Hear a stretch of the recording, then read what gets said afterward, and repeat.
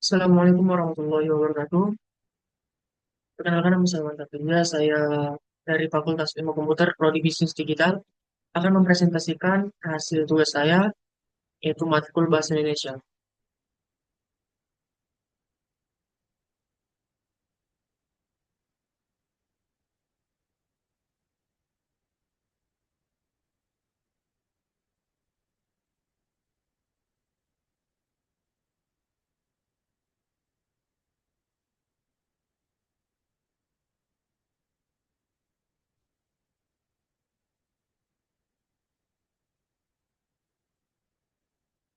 Untuk judulnya sendiri itu adalah kemampuan mahasiswa dalam memahami dan menulis karangan. Latar belakangnya itu sebagai dari sebagai dari bagian kegiatan berbahasa, menulis berkaitan erat dengan aktivitas berpikir. Secara psikologi, menulis memerlukan kerja otak, kesabaran berpikir, kehalusan perasaan, dan kemampuan yang keras. Menulis dan berpikir merupakan dialah kegiatan yang berulang-ulang.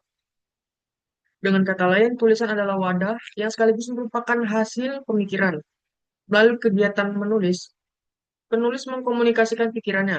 Melalui kegiatan berpikir, penulis dapat meningkatkan kemampuannya dalam menulis.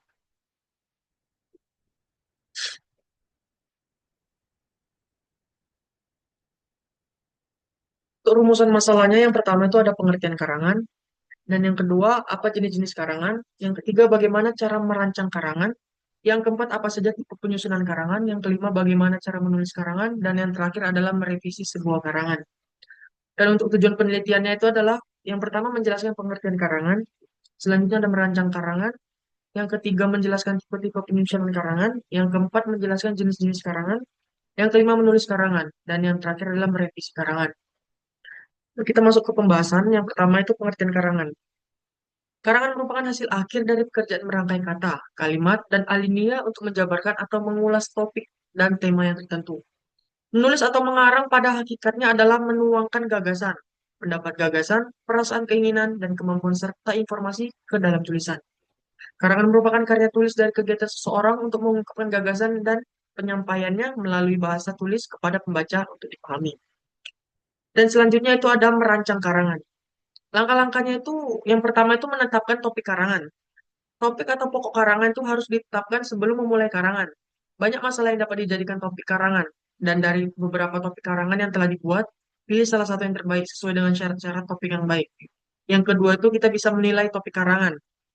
Dalam artian itu dalam rangka memilih atau menilai topik karangan, seorang hendaknya memperhatikan syarat-syarat topik yang baik. Seperti yang pertama, topik karangan hendaknya menarik minat penulis agar penulis bersungguh-sungguh untuk menyelesaikannya. Yang kedua, topik karangan hendaknya mengena di hati pembaca agar menarik minat pembaca. Dan yang terakhir itu adalah karangan itu sendiri harus bermanfaat bagi pembaca. Yang ketiga itu ada membatasi pokok karangan. Untuk menghasilkan karangan yang utuh, lengkap dan mendalam, pokok masalahnya hendaknya disempitkan sehingga mudah menggarapnya.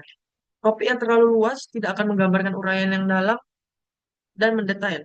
Makin kecil ruang lingkup topik sebuah karangan, maka semakin terjamin mutu karangan itu. Dan makin luas pula topik yang dipilih, maka makin tidak berisi karangan tersebut.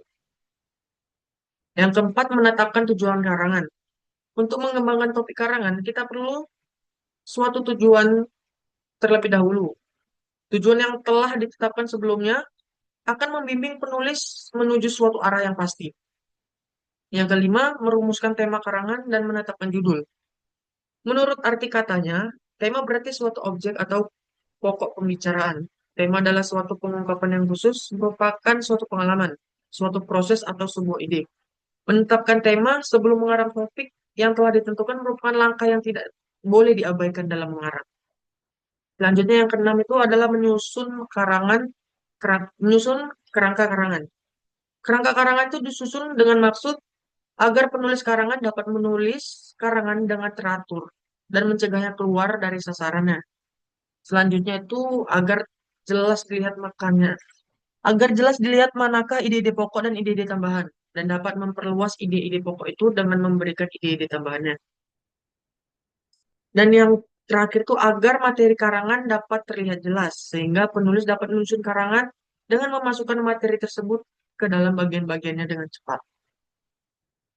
Dan yang ketujuh itu mengumpulkan kerangka karangan.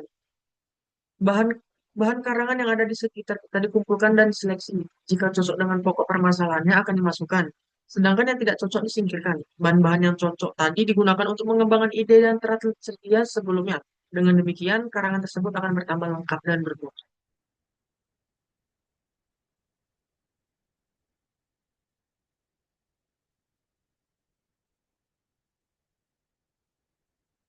Selanjutnya itu ada tipe-tipe penyusunan karangan. Tipe penyusunan karangan ada dua macam, yaitu tipe alamiah dan tipe logis. Yang pertama itu tipe susunan alamiah. Apa itu tipe susunan alamiah? Tipe susunan alamiah itu adalah suatu karangan yang didasarkan atas urutan terjadinya peristiwa-peristiwa. Dan yang kedua itu ada tipe susunan logis. Tipe susunan logis ini didasarkan pada jalan pikiran manusia menghadapi persoalan-persoalan yang diperbincangkan. Penyusunan uraian didasarkan pada hasil tanggapan terhadap persoalan tersebut tanpa ada hubungannya dengan sesuatu koreksi dalam materi tetapi erat dengan tanggapan penulis. Susunan alamiah ini dibagi menjadi dua bagian. Yang pertama itu urutan berdasarkan waktu atau kronologis. Karangan tipe ini disusun dengan menguraikan peristiwa-peristiwa menurut kejadiannya. Urutan peristiwa itu dimulai dari awal sampai penyelesaian.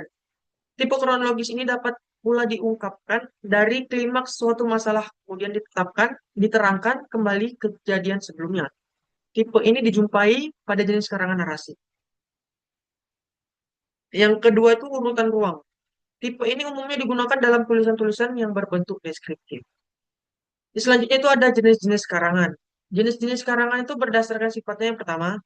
Berdasarkan sifat karangannya, karangan dibedakan menjadi dua karangan, yaitu fiksi dan karangan non-fiksi. Karangan fiksi sendiri itu adalah karangan yang ditulis berdasarkan sisi imajinasi pengarang. Sedangkan karangan non-fiksi itu adalah karangan yang ditulis berdasarkan fakta atau kejadian yang benar-benar terjadi. Jenis-jenis karangan berdasarkan bentuk dan tujuannya. Yang pertama itu narasi. Narasi itu adalah karangan yang berupa rangkaian peristiwa atau kejadian yang terjadi dalam suatu kesatuan waktu. Narasi juga sering dikenal sebagai cerita. Di dalam kegiatan ada pula tokoh yang menghadapi suatu konflik. Ketiga unsur berupa kejadian, tokoh, konflik merupakan unsur pokok suatu narasi. Jika ketiga unsur itu bersatu, maka sebuah plot atau alur. Jadi narasi adalah cerita yang dipaparkan berdasarkan plot atau alur. Ciri-ciri narasi sebagai berikut. Yang pertama itu bersumber dari fakta dan sekadar fiksi. Yang kedua itu bersifat menceritakan. Dan yang terakhir itu berupa rangkaian peristiwa. Bentuk-bentuk narasi itu yang pertama itu ada narasi ekspositoris. Narasi ini mempersoalkan tahap-tahap kejadian, rangkaian-rangkaian perbuatan kepada para pembaca atau pendengar. Peruntut informasi untuk memperluas pengetahuan atau pengertian pembaca. Tidak peduli apakah disampaikan secara tertulis atau secara lisan, misalnya biografi, autobiografi, atau kisah pengalaman. Narasi ini dapat bersifat khusus atau khas. Itu adalah narasi yang berusaha menceritakan suatu peristiwa yang khas dan hanya terjadi satu kali. Peristiwa yang khas adalah peristiwa yang tidak dapat diulang kembali karena yang merupakan pengalaman atau kejadian pada waktu tertentu saja. Selanjutnya itu generalisasi. Generalisasi ini adalah narasi yang menyampaikan suatu proses yang umum yang dapat dilakukan siapa saja dan dapat pula dilakukan secara berulang-ulang. Yang B, narasi sugestif. Merupakan suatu rangkaian peristiwa yang disajikan seakan-akan sehingga merangsang daya kalangan para pembaca. Pembaca memaknai suatu makna baru di luar apa yang diungkapkan secara eksplisit, yaitu sesuatu yang tersurat mengenai objek atau objek yang bergerak dan bertindak. Sedangkan makna yang baru adalah sesuatu yang tersifat atau sesuatu yang tersirat, misalnya itu novel, cerpen, dan cerbung. Yang C itu narasi deskripsi. Narasi deskripsi itu adalah karangan yang melukiskan sebuah atau sesuatu sesuai dengan keadaan sebenarnya, sehingga pembaca dapat mencitrai, seperti melihat, mendengar, merasa, dan mencium. Apa yang dilukiskan sesuai dengan citra penulisnya. Ciri-cirinya itu tidak ada pertimbangan atau pendapat, membuat pembaca atau pendengar merasakan sendiri atau mengalami sendiri, dan yang terakhir penggambaran dilakukan sejelas-jelasnya dengan melibatkan kesan indera. Dan yang D itu narasi eksposisi. Narasi ini adalah karangan yang berisi uraian atau penjelasan tentang suatu topik dengan tujuan memberikan informasi atau pengetahuan tambahan bagi pembaca. Untuk memperjelas uraian dapat dilengkapi dengan grafik, gambar, atau statistik. Sebagai catatan, tidak jarang eksposisi ditemukan hanya berisi uraian tentang langkah, cara, atau proses kerja. Ciri-ciri eksposisi ini adalah yang pertama berisi penjelasan, yang kedua menggunakan contoh fakta, gambar peta atau angka-angka, dan yang terakhir adalah akhir karangan berupa penegasan. Yang E adalah narasi argumentasi. Narasi ini adalah karangan yang berusaha memberikan alasan untuk memperkuat atau menolak suatu pendapat, pendirian atau gagasan. Karangan ini bertujuan membuktikan kebenaran suatu pendapat atau kesimpulan dengan data atau fakta sebagai alasan atau bukti. Dalam argumentasi, pengarang mengharapkan pembenaran pendapatnya dari pembaca. Adanya unsur opini dan data, juga fakta atau alasan sebagai penyokong opini tersebut. Ciri-ciri argumentasi itu, yang pertama mengandung bukti dan kebenaran, alasan yang kuat, analisis rasional, yaitu berdasarkan fakta, dan yang terakhir unsur subjektif dan emosional sangat dibatasi. Dan yang terakhir itu ada narasi persuasi. Narasi ini adalah jenis karangan yang disampaikan mengandung alasan-alasan dan bukti atau fakta, juga mengandung ajakan atau imbauan agar pembaca mau menerima dan mengikuti pendapat atau kemampuan penulis. Ciri-cirinya itu harus ada argumen, seperti alasan atau bukti, adanya unsur imbauan atau ajakan, dan yang terakhir tidak ada pertentangan atau konflik. Dan selanjutnya kita ada menulis karangan. Pada tahap pertama kegiatan mengarang yaitu membuat kerangka awal. Dengan tersedianya kerangka karangan, sudah bisa memulai tahap penulisan karangan. Di samping itu, tujuan ini sangat penting agar pengarang dapat membuat karangan yang sistematis. Para ahli pendapat bahwa kepandaian mengarang banyak ditentukan oleh adanya keterampilan seseorang menyusun paragraf-paragraf yang dapat mendukung topik-topik yang telah ditentukan sebelumnya. Untuk menyusun suatu paragraf, hendaknya pengarang memutuskan perhatian pada kalimat pertamanya. Kalimat pertama ini menjadi tumpuan pengarang. Kemudian, kembangkanlah kalimat pertama itu dengan kalimat-kalimat yang menjelaskan maksud kalimat itu. Selanjutnya ada merevisi karangan. Sebagai langkah terakhir dalam penyusun karangan adalah merevisi. Tahap ini tuh sangatlah penting dilaksanakan. Pada kesempatan ini, menulis dapat menimbang, meneliti, memperbaiki hal-hal yang perlu diperbaiki. Revisi sebaiknya tidak dilakukan ketika tahap penulisan sedang berlangsung. Merevisi dilakukan pada waktu tersendiri. Hal-hal yang harus direvisi yaitu unsur-unsur yang terlupa supaya ditambahkan, kalimat-kalimat yang salah struktur supaya dibetulkan, adanya pemakaian kata yang kurang tepat ditempatkan, bila ada kata yang kurang relevan supaya diganti dengan yang lebih baik. Dari kesimpulan ini, dari PPT yang saya buat ini adalah kesimpulan, yaitu berdasarkan analisis yang komprehensif, disimpulkan bahwa kemampuan mahasiswa dalam memahami dan menulis karangan masih memerlukan pengembangan serius, di mana mereka relatif mampu mengidentifikasi ide pokok, tetapi kesulitan dalam menangkap nuansa makna dan struktur retoris teks yang secara langsung memengaruhi kualitas tulisan mereka. Tantangan utama dalam penulisan meliputi keterbatasan dalam mengembangkan argumen yang koheren, kesulitan dalam menyusun kerangka karangan yang logis, dan masalah konsistensi dalam tata bahasa serta gaya penulisan akademis.